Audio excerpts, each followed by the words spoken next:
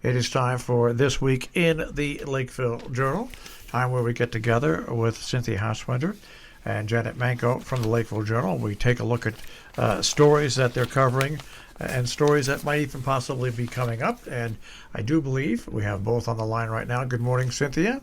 Good morning. Good morning, Janet. Good morning. There we go. Excellent. A perfect transition this morning. Timing. Well, we can go right to the front page of the Lakeville Journal, and it's a picture that I used, and it's just a great picture. You've got a great story, Cynthia, that you put together, and the title is right. A Giant is Now Gone. Ed Kirby.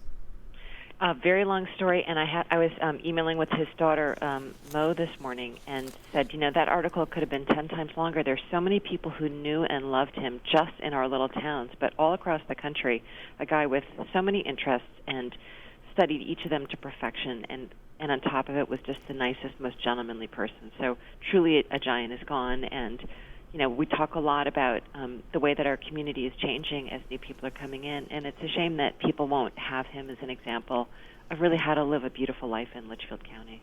It's one of those things, and how much of an influence Ed Kirby had in my life. I mean, I went to school with Ann. I knew all the children, all the brothers and sisters. Of course, Ed was a baseball coach to coach my brothers. Ed was also a principal that had to deal with me a lot. Ed knew my family. And on top of all that, he was just an amazing resource for geology, historical information here, but also a great scout for Major League Baseball, and then his adventures out west with Jack Mahoney and Barclay Prindle. Just truly an amazing Renaissance man. Right, and a guy who, lived to 93, and we're all heartbroken to lose him, but a guy who didn't waste a minute of the time that was given to him. Nope, absolutely not. And it's just, you're right. It's the changing landscape of our pillars of our communities that has happened over the past several years is jarring to everybody when you lose somebody like Ed.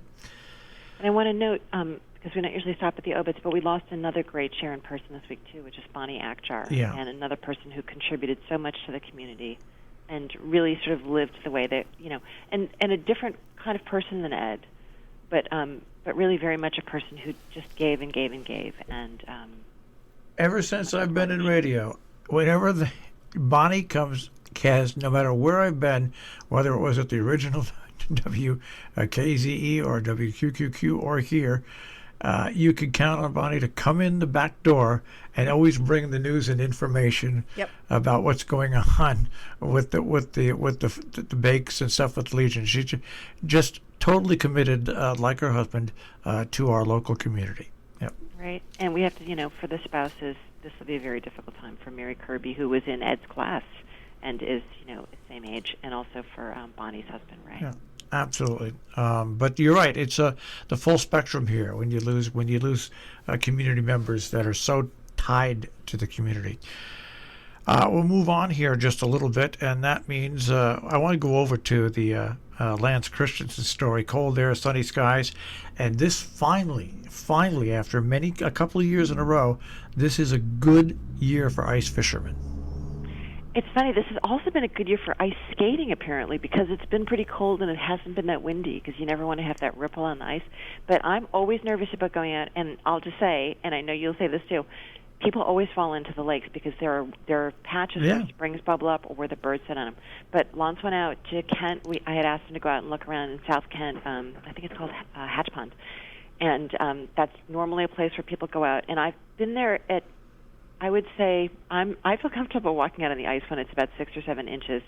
So Lance went out, and I think they said it was 5 inches deep at that point. And I'm going to guess it's a little thicker at this point now. But we have seen people out ice fishing in New York State and here in Sharon at Mudge Pond and other spots. So I hope everybody brings out those little, what do they call those little ice picks?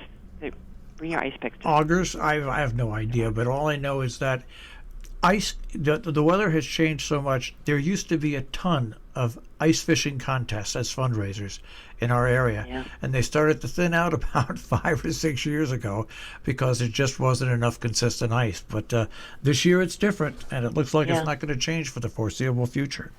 People used to skate on the Housatonic. That's right. Can you imagine that? Yeah. But also there's a couple of town ice. So that normally the private schools generously open their indoor rinks for public skating, but of course there's none of that this year. But there are a couple of outdoor rinks. The town of Salisbury has frozen over a rink. I think Canaan is frozen over there. Goshen, I believe, has one. And people are, of course, invited to come out with their masks on. But on most years recently, the ice, even though you're only talking about an inch or so of ice, there really hasn't been enough cold weather to freeze it. But this year there seem to all be frozen. All right, another story that we're following, and I registered this morning to the state of Connecticut. The COVID-19 vaccine is now available for residents 65 and older. But folks, just understand this: that opens up the door for 300,000 to 400,000 more people. So you might register, but it'd be a while before you can get an appointment. We're lucky here, though, because in Kent with Highwatch, it makes it a lot more accessible for people out here. They're taking out a lot of people, and kudos to Highwatch, which has, I would say, been somewhat in conflict with the town of Kent over the last couple of years about their expansion plans, and also some conflict over the possibility of a new recovery center coming to Kent. But they really stepped up and have generously been doing vaccinations every day of the week, and have even had some walk-in days. Maria Horn, with great thanks to her, we had a lot of people around here, of course, who are part-time residents who own property here in Connecticut, but they have a New York State driver's license. And we had said to Maria, are these people eligible to get their shot up here? Especially, a lot of the older people have been here throughout the quarantine. And nobody had an answer. And Maria just dug, and she got us the answer, which is if you have a utility bill or some proof that you own property here, that absolutely is acceptable identification, and the state has reached out to people who are doing the vaccinations to make sure that they honor that. But you do have to go through the login on the website, which is time-consuming and challenging. But everybody that I know who's done it has, once you get through it, it's tedious. But once you get through it, you will get your appointment. And I was surprised how many people I called on Monday afternoon when I first got the announcement from the state and said, if they've opened it up to 65 and older. And I think the 3 people that I talked to said, I already have an appointment for tomorrow. So it is possible to get in pretty quickly, and keep checking back on those websites because appointments do open up as things happen. You can also you reach them by telephone and also at 211. But also, you've got in your story about 877-918-2224, 8 a.m. to 8 p.m. For those who are not computer literate, you might have to wait on the phone a while, but it might be a lot easier for you that way. And then, 2 of our towns have their recreation and senior services people helping out. I'm sure that all the towns are doing it, but we are definitely aware that Jen Marco in Cornwall and Lisa McAuliffe in Salisbury, and Jen is a genius and helped us out actually with a couple of Salisbury people before we knew that Lisa was doing it. So these are people who have done it again and again and again in the same way that Janet Carlson is able to help people sign up for their Affordable Care Act insurance, because she's gone through that process so many times. She knows what you have to click and what you don't need to click. All right, and this weekend, COVID or no COVID, Jump Fest is going to go on at Satry Hill, minus the snowball and minus the human dog sled competition, but following all the state and CDC rules to have Jump Fest.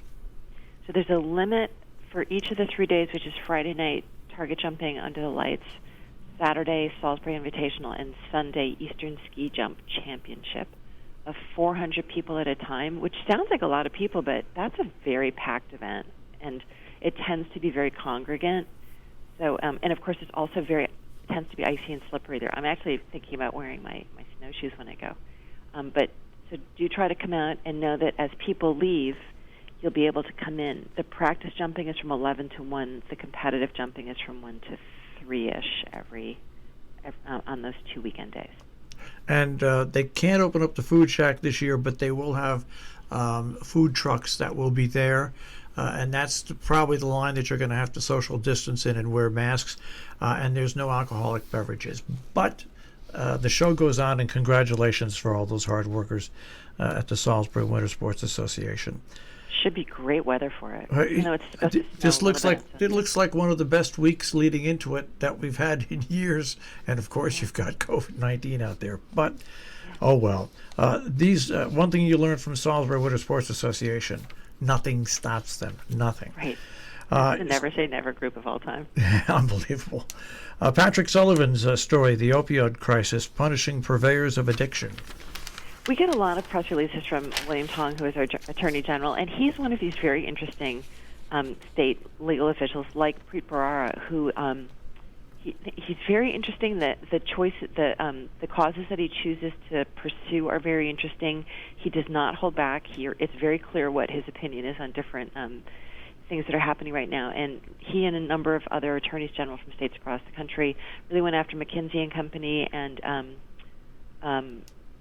for their part in the role of the OxyContin opioid addiction crisis, and severely punished, really one of the giant companies in consulting in America. So we just thought that was worth mentioning, since, of course, the Northwest corner, like all parts of America, has been hit so hard by the opioid crisis. On the inside, I did an interview earlier this week with Bill Pond, and you've got a great story that Noble Horizons was one of 3 senior congregate facilities in the state of Connecticut that reported no COVID-19. And he just really credited his staff. They really did just a totally amazing. I mean, all the areas, they all did a great job facing this. But to be actually COVID-free when nursing homes were the hardest hit is really quite an achievement.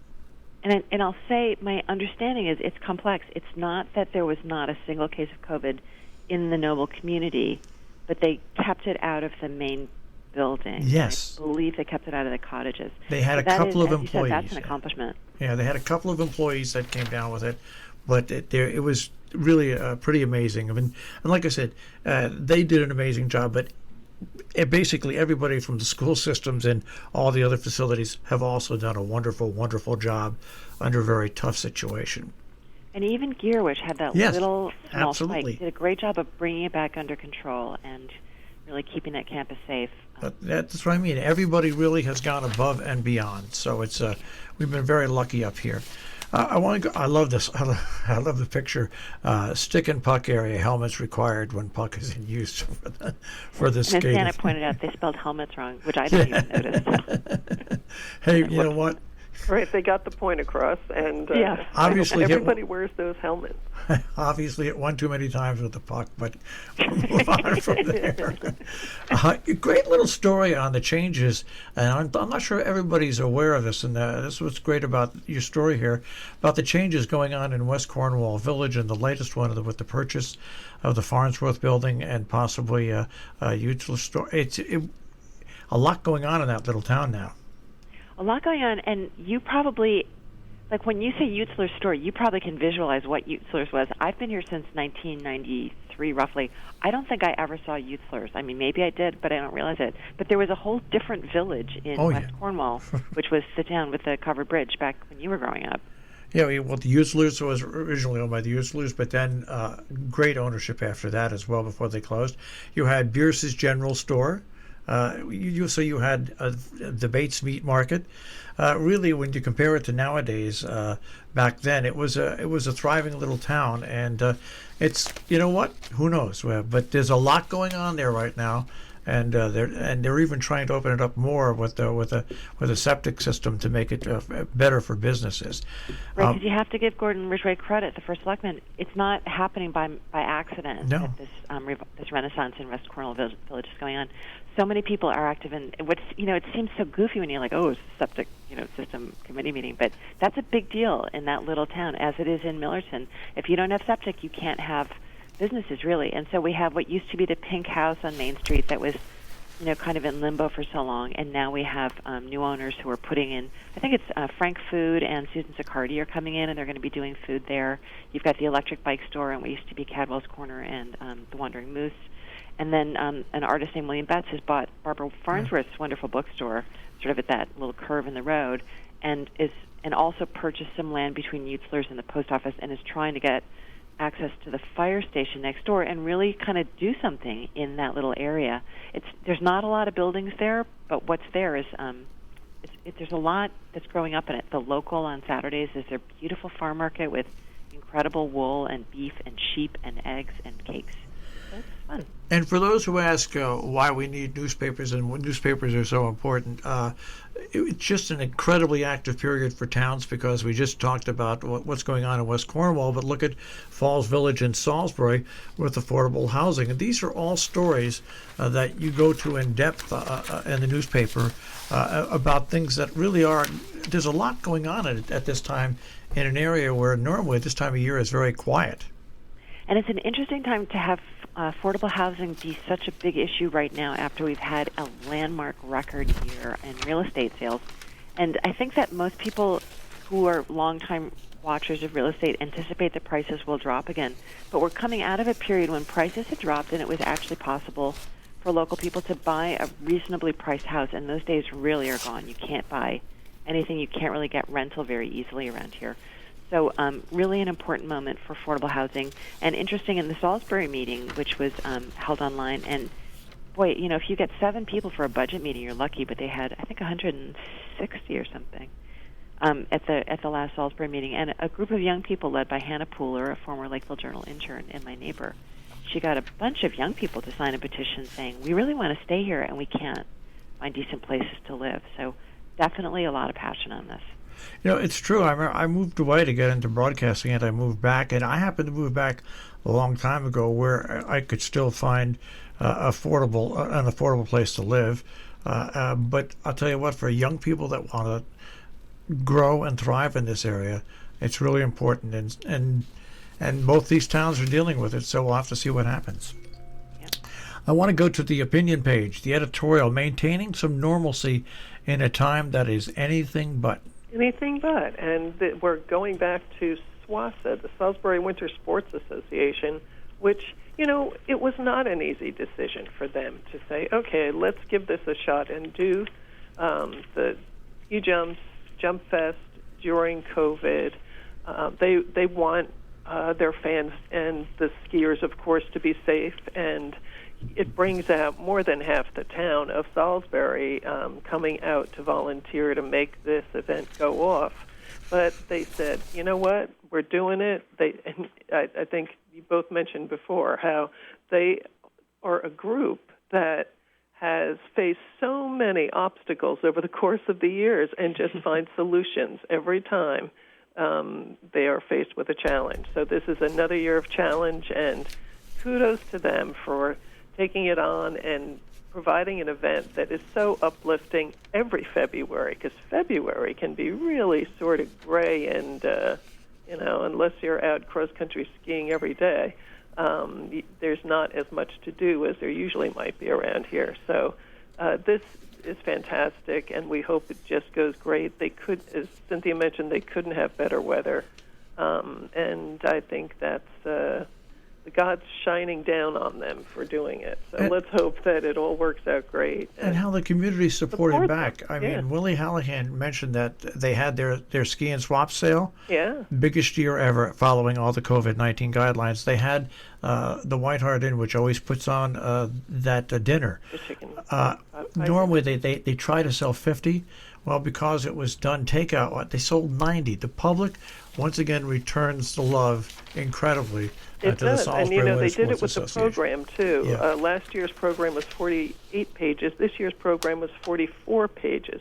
Incredible that all the support they found from the businesses in this area to support their organization and get, you know, make it through this year and into the next. So have a great time, all the skiers, all the fans. It's wonderful it's happening. And it may be February, and it may be a dull time, but you got lots of letters to the editor once again. We do. We do. We have 2 poems. I think that's a record. One from Michael Kaler, It's a Rave. Read it. One from Innes Humphreys, Another COVID Day, which is really quite funny. So if you need a little break and a laugh, by all means, read that one. And we have affordable housing from Falls Village and from Salisbury, and some inspiration and a couple of other things on democracy and North Canaan. So, yeah, read them over. I'm so glad, too, that we have space for columnists this week. We have Barujan Frangian on the legacy of the chosen one. We have Lonnie Carter, headline, Who is Oiling Their Blunderbusses? You have to read it to get the point. And Matt Gordon on notable pets of our leaders, which is really interesting because you may sort of know some of this, but he pulls it all together for us on the relationship of pets and national leaders. We have a couple minutes left, and that means we have a couple minutes left for Compass, Cynthia. There's a wonderful show at Judith Singelis' Argosy Gallery in Lakeville, and I went over and met Peter Wojtuk, and I think most people know that those giant bowls that are sort of undulating and voluptuous and that are on the lawn at Hotchkiss, they used to be down in Kent also. And I finally met Peter, and he's just hilarious. It's like talking to Walter Matthau or Groucho Marx or something. And so it's an article about his work, which is so interesting, about how he's doing it at a time when he normally is casting in Asia, and some of the pieces in his new show. And we have Steve Katz, who is very interesting. He's one of my favorite performers in the area, was a founder of Blues Project and Blood, Sweat, and Tears. And he does a great show where he talks not so much about, like, I was in great bands, but more about, like, here's the history of blues and rock and folk in America. And he can play anything. He can play pop music, he can play blues music, but he really loves, the older American roots music. So a really interesting show coming up in a benefit for Dewey Hall on Saturday, February 13th. And, of course, a lot of us are sitting around the house right now defying the return of bears and putting bird feeders out. And so there's going to be a program between Audubon and Cornwall Library coming up February 20th on what to feed your birds, how to feed your birds. And, of course, we will remind everybody that the bears are going to be back before you know it. So keep an eye on those feeders. Well, it's interesting that there's some people around here that the bears didn't really go into hibernation. There's actually been video and taken of not many, but a couple of bears still roaming the area because, of course, winter started so late, really, without much snow. So we live in interesting times. There's no doubt about it this winter. We actually have an old-fashioned winter. Unfortunately, it seems to be shoved into the last week of January and all of February. Well, it really goes till May around here. Like that's my observation of life in New England is winter really starts in mid-January and goes to the end of May. Well, Pat Pagano pointed out something that really, if you look around here the past couple of years, we're basically a month behind. January really comes in February, and February comes in March, with the difference in climate and with the severity of weather. So, but hey, you know what? We've got COVID-19 that we're coming out of. We've got the ski jumps. I don't know if you guys feel it, but I know when I look at the numbers now, because we report the numbers every day, I have an incredible feeling of optimism that over the next 3 months. Yeah. And I have good news for everybody, which is I just ordered new snowshoes, which are supposed to be here the first week of March, so I guarantee no snow after this. That's right. Thank you. All right. Well, of course, you can find all the news at the Lakeville Journal and the Millerton News. TricornerNews.com is the website. And, of course, right here on a Thursday morning when we take a look at some of the stories. Guys, have a great weekend. You too. Thank you so much. That is this week in the Lakeville Journal. And, of course, we remind you of the Millerton News, TricornerNews.com on the web.